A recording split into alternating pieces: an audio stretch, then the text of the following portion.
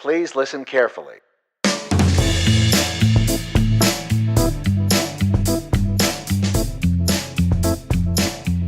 Welcome to the Big Ideas for Better Places podcast from CityWorks Expo. My name is Brad Stevens, and I'm your host today, and it's my absolute pleasure to introduce you to our guest, Miss Lynn Richards, the President and CEO of the Congress for New Urbanism. How are you doing today? I'm fine, Brad. Thank you so much for inviting me to talk with you today. Well, I have to confess that I have just tremendous admiration for the work that you do and the way that you're able to articulate and lead the kind of the movement that I've considered myself part of. So it's a great honor to have you on today. So I really appreciate it. No, thank you so much. Well, now we had you down here for CityWorks, I guess it was 3 years ago at this point, and that was your second time down. Is that right? Yeah, I had the opportunity to speak to the CityWorks Expo crowds twice, I think, and then the third time I came just for the fun of it because it's an amazing event. I just love CityWorks Expo. Well, you are far too kind, but I appreciate the little plug there. So, but now, so you've been doing this work of community development or creating better places or being involved in new urbanism for a long time. And I wonder if you can tell me a bit about how you define what you do and what you think the real role of the Congress for New Urbanism is in this world.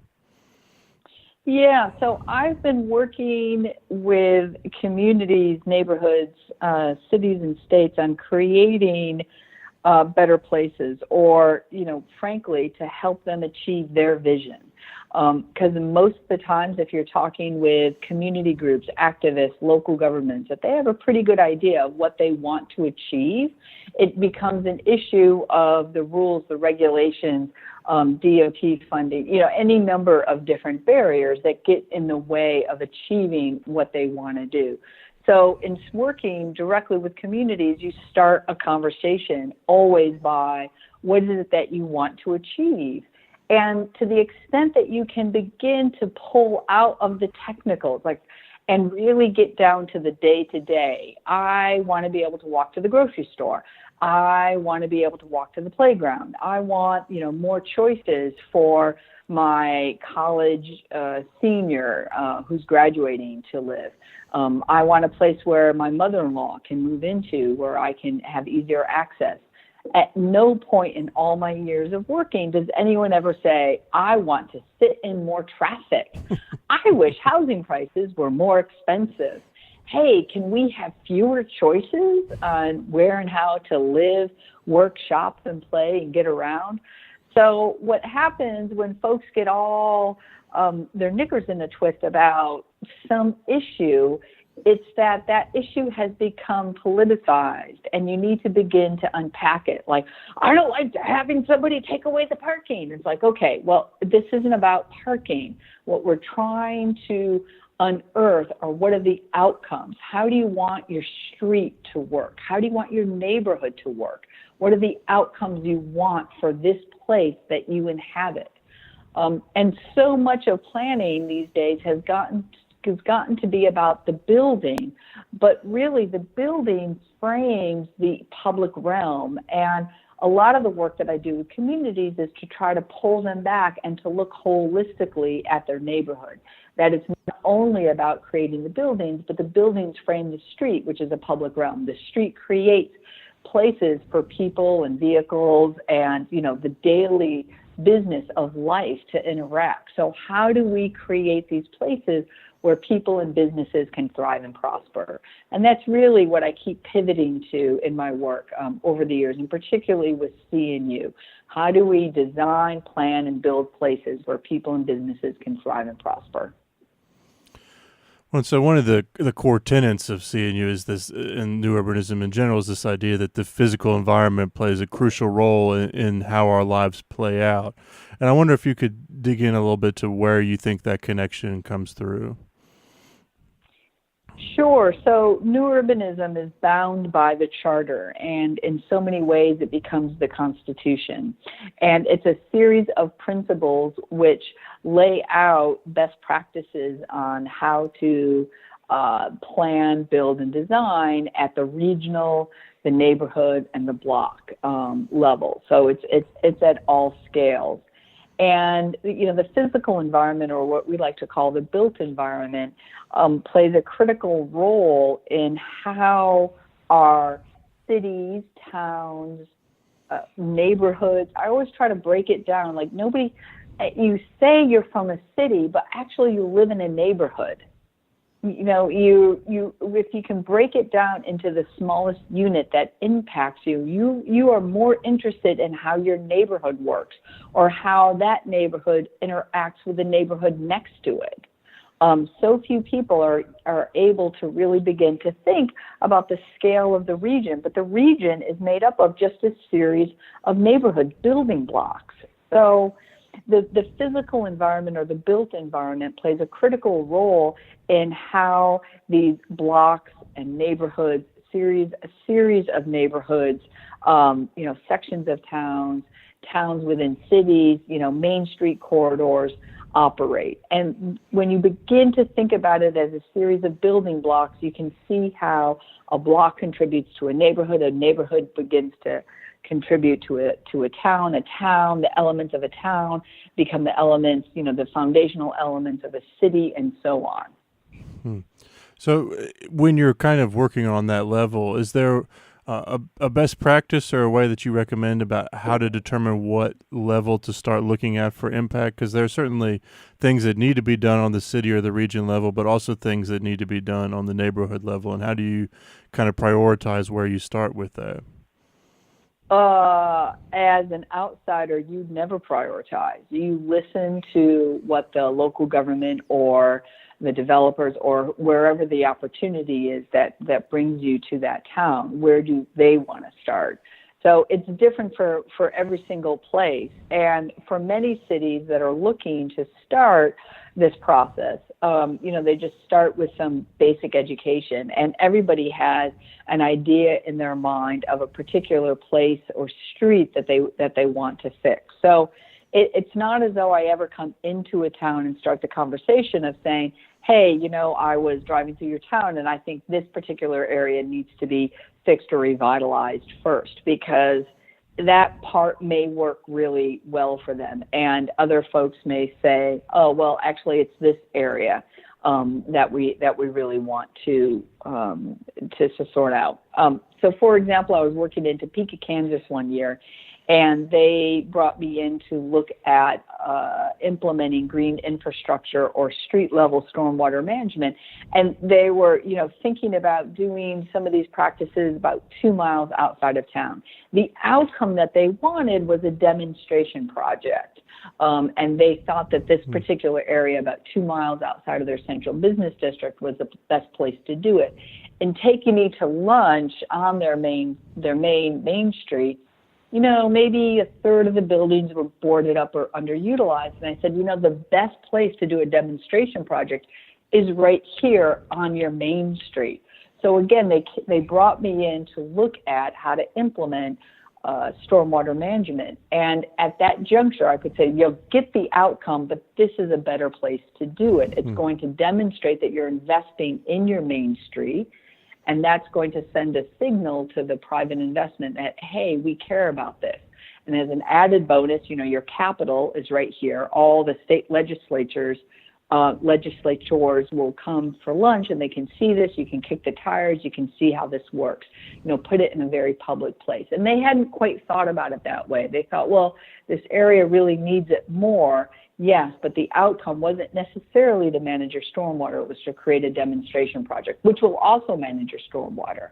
So again, breaking it down to the outcomes that you want to achieve, and where can you make investments in infrastructure and development and building and creating that active public realm, which will maximize the number of outcomes that you're creating. Or maximize the number of outcomes that you're achieving. Think of it that way. That's really interesting, especially I'm intrigued especially about the idea of what the role of the outsider there is, and that how to be of most use in that situation. Because I think even if you live in a place, that there are times when we're all going to be an outsider in that situation, and how do we approach coming into a situation where we have a certain amount of expertise or have a certain set of experiences that lead us to have something to bring to bear on the situation, but not necessarily be a member of that community that's going to be most affected by that project. And that question of how to be engaged in that work is really interesting. That's one piece. That's one area that I feel new urbanist or CNU members really excel, which is not coming in and dictating what needs to be done. Again, we're all guided by a set of principles articulated in the charter, but they have remarkable skill in asking questions and listening. I mean, really listening and acknowledging what the issues are.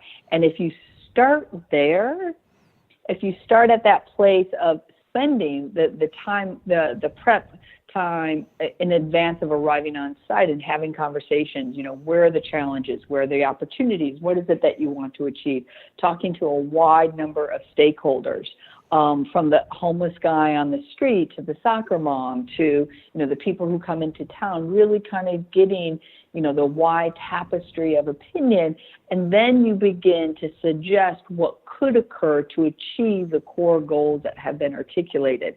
It changes the dynamic entirely versus where a lot of planning is done. Hi, we're developer X, Y, and Z, and boom, this is the plan that we have for the strip mall. Wait, what? That's not what I wanted. And everybody, gets their knickers in a twist versus backing up and doing a series of public participation or listening sessions where you're not only inviting people to come to you, but you're getting out into the community. You're working with neighborhood partners and you're determining, what are the outcomes? How do we want this piece of land to, this, whether it is the built environment or the natural environment or some combination, whether it's a street, what are the outcomes that we're seeking? And if you constantly pivot to that, then the answers become more clear. It becomes clear what needs to occur or what could occur. Well, I'm intrigued to know when you go in and have those conversations, and when you mention all of those different people that you need to have at the table. How do you, traditionally a lot of our cities have the same people that show up at public meetings over and over and over.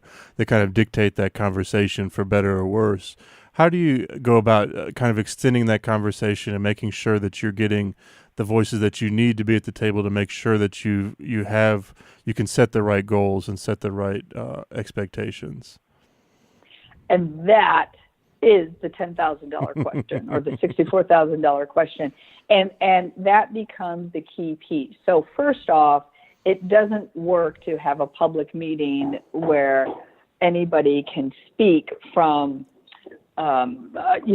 where you line up to speak anywhere from 7 to 10 p.m. and you have your 3 minutes. That won't work because you won't get the wide diversity of voices, and you won't necessarily get all the stakeholders that you need to have. So break that out. Create a series of strategies that enable you to get into the neighborhoods more comprehensively. So, for example, there's strategies that members have used kind of throughout. I love this one.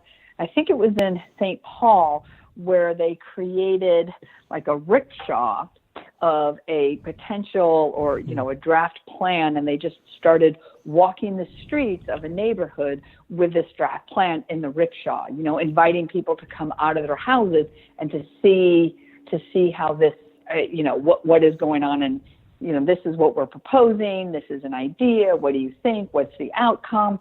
Again, really thinking creatively about how to solicit input. Seattle has a very different type of approach, which is, they call it a pro-equity approach, where they seek neighborhood groups and they pay them to participate, and they pay them to go out and to talk. If you have 5 neighborhood groups, and these 5 neighborhood groups have additional networks and everybody is receiving some level of compensation, you're getting much wider stakeholders. This idea of making sure everybody comes to the table can be inherently inequitable because you're setting the table.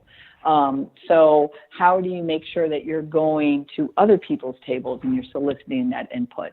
So it's a lot of work that needs to be done up front to make sure you're having those conversations, to make sure that you're listening.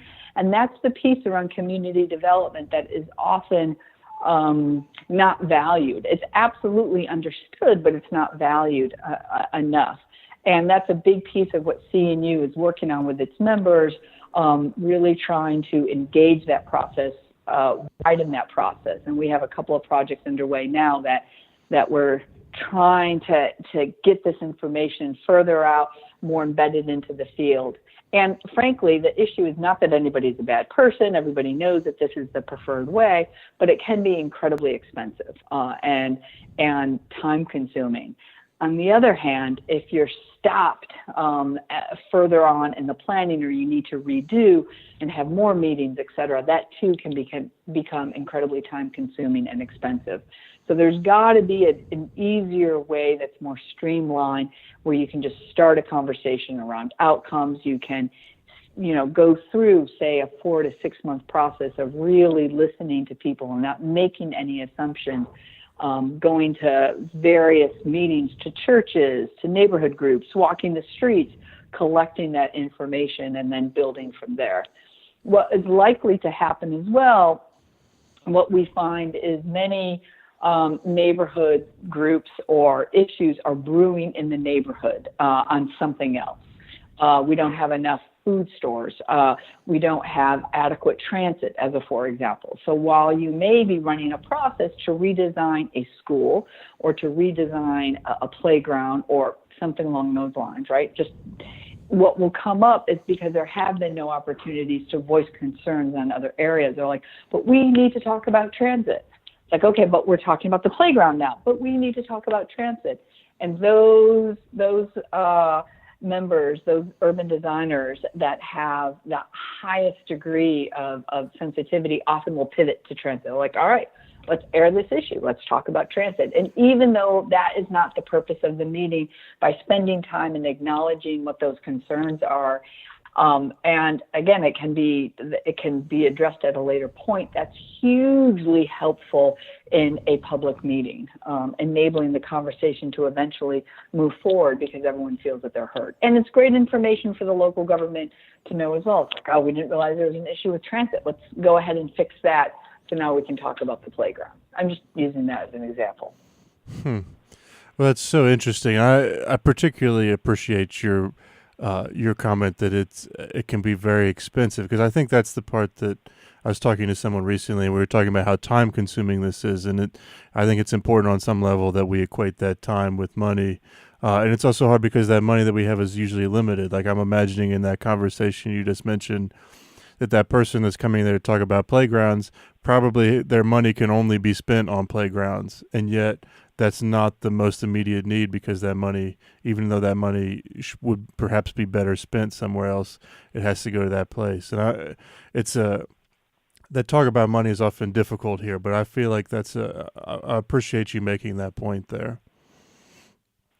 Yeah, and that absolutely is the case. So if you imagine a series of urban designers or architects coming in and looking at a school or a playground, just keeping this example alive, and issues around transit come up, it could very well be that their partner is the local government Parks and Rec and the urban design.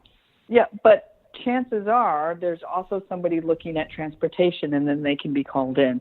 The key piece here is that local governments and systems are set up, our professional lives are set up through siloization, yet our personal lives are not. I mean, we experience all aspects of the public realm. We experience transportation, retail, safety, all of those issues every single day. Our lives are not siloed. And so I believe as professionals, we have to be able to break out of our silos to talk about, if I'm a stormwater management expert, for example, to be able to talk about transportation issues as well. Not at the depth of an engineer, of course not, but certainly enough to say, yeah, I understand that that's an issue. run with that conversation for a bit, collect the information, and try to pull somebody else in who perhaps has more expertise. People's lives, if we're working in community, we absolutely have to understand that there's not this siloization. And that's, again, what makes new urbanism, I think, so powerful, is that it looks holistically at a neighborhood. It's just not about the buildings or the streets. It's about the connection of the form of the building and its relationship to the street, and how the street connects with the other neighborhood streets, and how the other neighborhood streets connect with the broader, mobility goals of the city.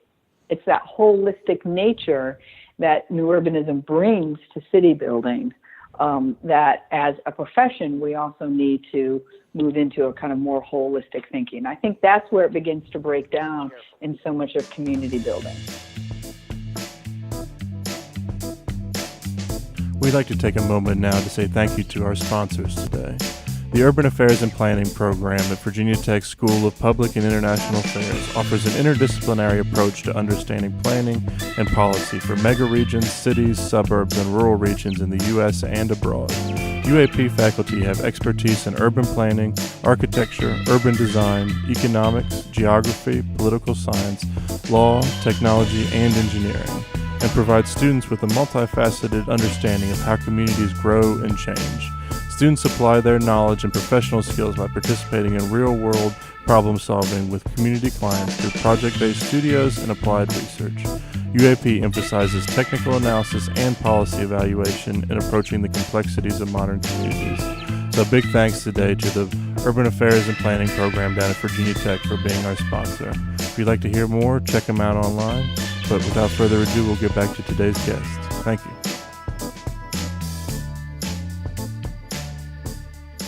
That's so fascinating, especially as you mentioned, because that's not the way our systems are necessarily built. And you mentioned government, but I think nonprofit systems and the whole way we've built of governing our cities and working in these fields often are not comprehensive in this way. They don't take into account the full humanity of the people in these places. And that's how would you suggest people or places go about trying to create systems and such that are more willing to look at the fullness of the people in these places? Oh, well, another $64,000 question. There is no magic bullet. And whatever I may say, right now may work in one particular place, but it may not work in another place. And those areas, those cities that I think have been most successful in addressing some of these issues, I think understand the holistic nature. They have incredible leadership from the top, who have empowered, their various, city leaders or directors, city staff directors to also think holistically, where you have people willing to work together to solve problems. A great example, I was just out in Seattle for our 25th annual Congress. And as part of our Congresses, several months prior, we go and we work directly in a community that but for CNU assistance wouldn't be able to necessarily realize their vision of where and how they want to grow. And we call them legacy projects. So the legacy projects occur, as I said, 2 or 3 months prior to the Congress. So I was in Tukwila, Washington, which is a first-ring suburb outside of Seattle, and it's a predominantly minority and refugee community. And the city or the region had just made an immense investment in a light rail line. And so the conversation was around how to revitalize, 4 or 5 blocks of their arterial leading into the light rail investment, because it was just strip mall schlock. You can just absolutely imagine it. So lots of prep work. It was an amazing community. It was an inspiring series of events, because the mayor was there the whole time. It was like, what do you need to do? Who do you need to talk to? The fire chief. So within the realm of city building, a lot of emergency responders are often given a bad name because they don't want to narrow the streets, they don't want to do this, they don't want to do that, et cetera. There can be lots of issues there. But this fire chief was like, yeah, let's go ahead and narrow the roads. My job is public safety. And I want to do everything I can to ensure that the residents of Tukwila can walk about and be safe in their community. What is it that I need to do? And it's that type of attitude of, he didn't necessarily understand how to align transportation and land use, et cetera.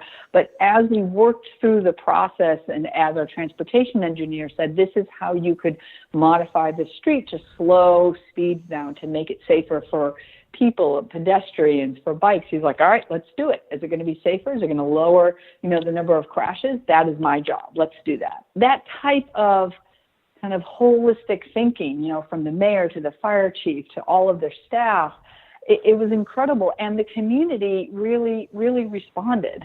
There weren't a lot of women attending, and it was because there were men in the room and they weren't allowed to communicate with the mixed sexes. So, all right, let's change things up. And then we created a series of, single gender listening sessions.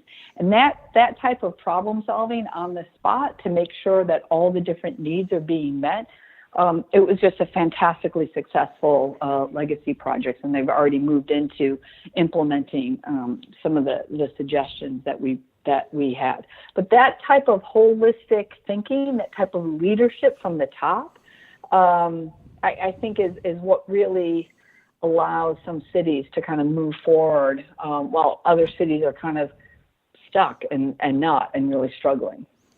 Well, yeah, I'm thinking that in some ways it takes a great deal of bravery from the people in leadership positions to really open it up and say, I want to hear what my community wants and what they need, and then my decisions are going to be dictated by that and not by my own decisions. That's the kind of leadership I think is hard to find in some places.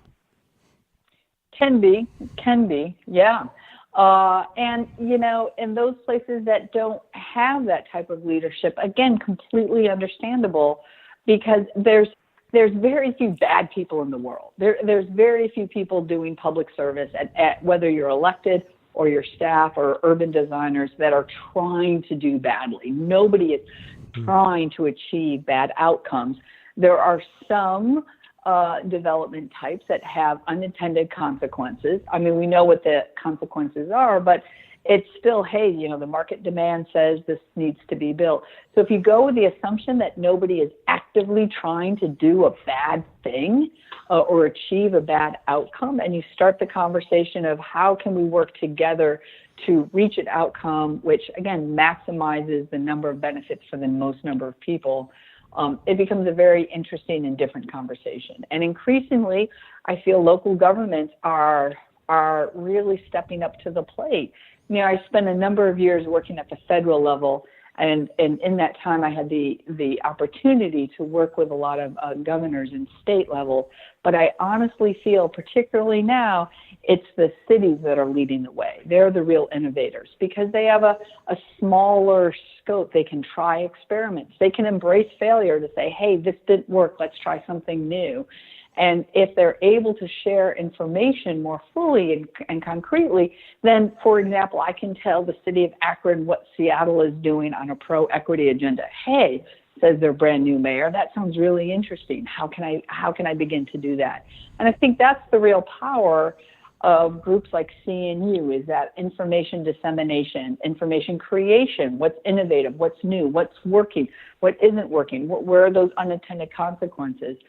And then when you have meetings such as CityWorks Expo, where folks can get together and kind of exchange that information in real time, face to face, it's very different. It can be incredibly powerful, and it's very different than from reading on it on a case study online or some other more passive way, because you're able to ask questions. And it was so funny. I was thinking about CityWorks Expo. Was it my first time speaking?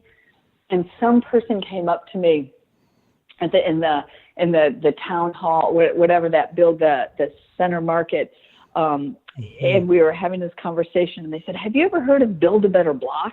Like, Build a Better Block? what the hell? It's like, yeah, they go in and they just like, and one day build a better block. I was like, what are you talking about? And the guy explains to me what build a better block is. And I thought it was batshit crazy when he was explaining to me, right? And now, build a better block, Jason Roberts and those guys are just like going all out, tactical urbanism that's so part of our vernacular.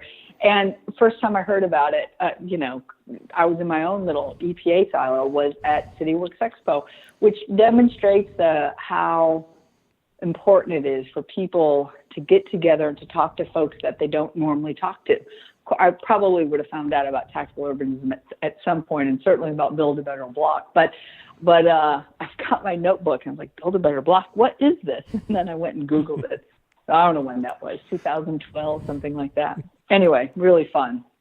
What a great story, and a great, exactly the selling point we're trying to make with CityWorks Expo. So, but I wonder if you could take a big picture approach and tell me a bit about when you see a place that's working or a place that's working well and the people that are striving or thriving there. What components make that up, or generally speaking, like what do you think when you see a place like that? So given that I worked at EPA for so long, I will tell you, I'm always thinking about performance metrics. And when I see a place that has a huge number of people out on the streets, from 8-year-olds to 80-year-olds, if you think about it, a successful place, the indicator species is the person. Look at a downtown area, look at an active neighborhood, look at where you have your collab, for example, and that Grandin, area, right? There's lots of people milling about versus in the neighborhoods, there's fewer people. So for me, the indicator species of a successful place is the number of people that are out on the streets and the sidewalks and interacting, right? Not all places can have transit, and not all places can be, solely just pedestrian ways, but those places that I have been able to mix the buildings, the streets, and create this active public realm where people of all ages feel safe interacting, feel safe being there. Those are the places that really pop for me. And when you're driving through a town or biking through a town, you're going to be drawn to those places because that's where the real vibrancy is. Where you're going to have the cool restaurants, the bookshops, where you're going to have a degree of grit, right? So that's the big picture for me, is looking for those places that have a lot of people. And those characteristics, again, this goes back to the charter, are going to be pretty much the same across. You're going to have buildings on either side of the street that are appropriately scaled for the street side, right?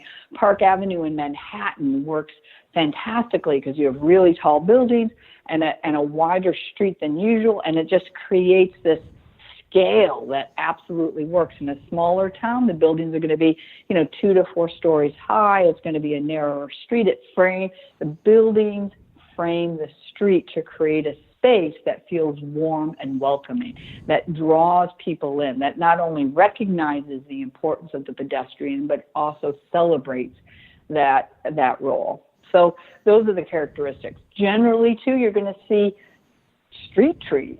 I mean, it's such a simple, what's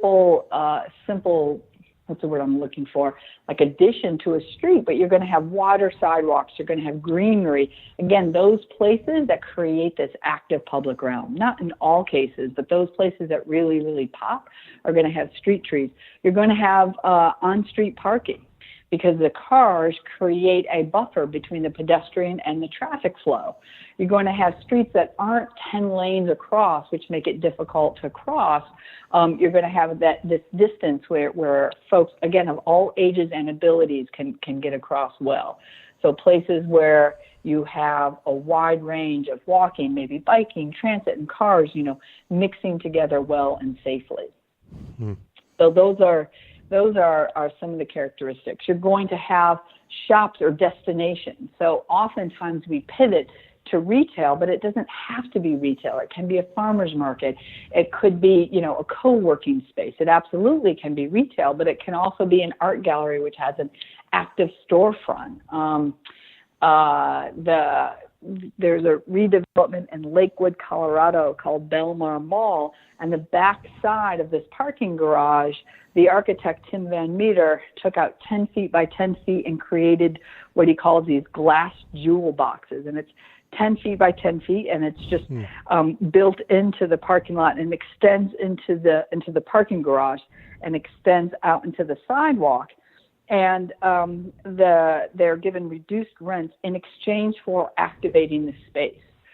So, and Tim came up with this idea because opposite the jewel boxes were townhomes with affordable housing. He's like, really? That's the view we're going to give them, at the backside of a parking garage? But what happened was, by creating these jewel boxes, and I think there's 6 of them in a row, he created this active street. And so the times that I've been there have been more people on this street, which then turned into a gallery street and it's really active, than the main street with the more traditional retail. So you can think creatively about how to activate it. But the idea is to get more people on the street, more people interacting. Research, where did I read this? I think it might have been some Harvard professor came up that to the degree of happiness, that happiness you feel in your life isn't necessarily sitting down with your best friend or your sister and having this, great heart-to-heart conversation. It's the number of ephemera interactions that you have in a given day. Like 3 to 5 positive interactions with total strangers really boosts your overall happiness to a greater degree than, having a heart-to-heart with one person. So let's create communities where you can practice random acts of kindness, where you can, receive those acts, where you can smile at a child and, or grandmother, where you can help somebody cross the street, where you have this opportunity for this sense of community. There's my rant of the day. I'm sorry. Not at all. I love it, and it's so true. It's not something that I've ever put my finger on, but when you talk about energy, when I think about energy in a place, it's always because there are people out and about, and that I don't always love to go out and about, but I don't want to be in a place where people aren't out and about and energized by the place that they live in. Exactly. Well, so as we kind of come to a close here, I wonder if you could share a story that kind of touches on what you think a strong community looks like, or what we need to be doing to create strong communities. Yeah, I get asked this question a lot, I have to say. Then name a city that you feel is doing it right, or what in your opinion is just a great place to visit. And I have to say that you're going to hate how I answer this, that I think so many cities and towns have parts of what they're doing that is absolutely successful, and a really cool, really cool outcomes. That there's lots of cities that people point out, Chicago's doing this, and Seattle and Portland, and, certainly all the big metropolitan areas. I'm absolutely in love with Roanoke. But in all of those places, I can point out 5 things that they're doing incredibly well as 3 or 4 things that they could frankly do a lot better. And that's what I think is so interesting, is that those places that are committed to improving, those places that are committed to evolving, those places that are committed to listening to their residents and how we can improve and create more places, more neighborhoods for everyone along the entire socioeconomic demographic. How can we build and grow our communities in a way that really responds to the pressing challenges of the 21st century around the growing inequities, around climate change, around environmental degradation, all of those issues. So it's those places that I really respect, that are constantly trying to do better, constantly trying to improve and evolve. Because frankly, there's not a single city in the United States that I can point to that says, yeah, you got it absolutely right. And I would say, internationally, I was just in Copenhagen, Denmark, and I loved Copenhagen. But even then, walking around, it's like, oh, they could do this a little bit differently. Oh, they could improve upon this. Because that's the human condition. As we learn more about how to manage stormwater, how to integrate bikes into the roadways, how to make more spaces for people, how to really activate a street. As we learn more, cities are working hard to keep up with that, with those innovations. And as they grow and evolve, the places become even that much more special. Well, I didn't. So not quite the story you were looking for. So sorry about that. No, I have to say I feel a little bit vindicated because it's been my own belief that every community excels at least one thing, and that we could all benefit by going to communities and learning what that one thing that they're really good at is, and seeing how we can improve on that in our own place. So rather than being not happy, I'm rather thrilled with that answer. So. Well, that goes back to their very first question of where do you start? You start with that asset that is working well, and you build off of it.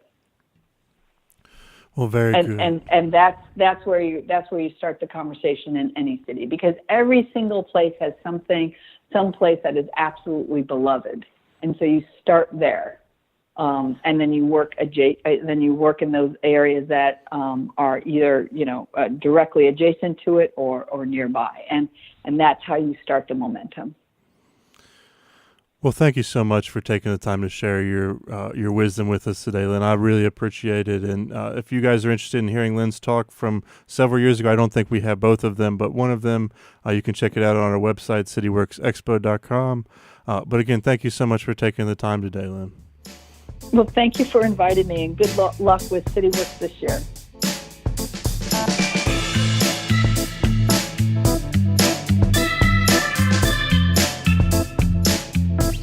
Thank you for listening to the Big Ideas for Better Places podcast today. If you like what you hear, please subscribe and leave a rating. It really helps other people find out about our fascinating guests and find the information that we have to share. Lastly, please save the date for our upcoming event, October 5th through 7th in Roanoke, Virginia. And keep up to date by following us on Facebook and checking out our website, cityworksexpo.com. That's cityworksexpo.com. Thank you guys again, and look forward to seeing you next week. Thank you.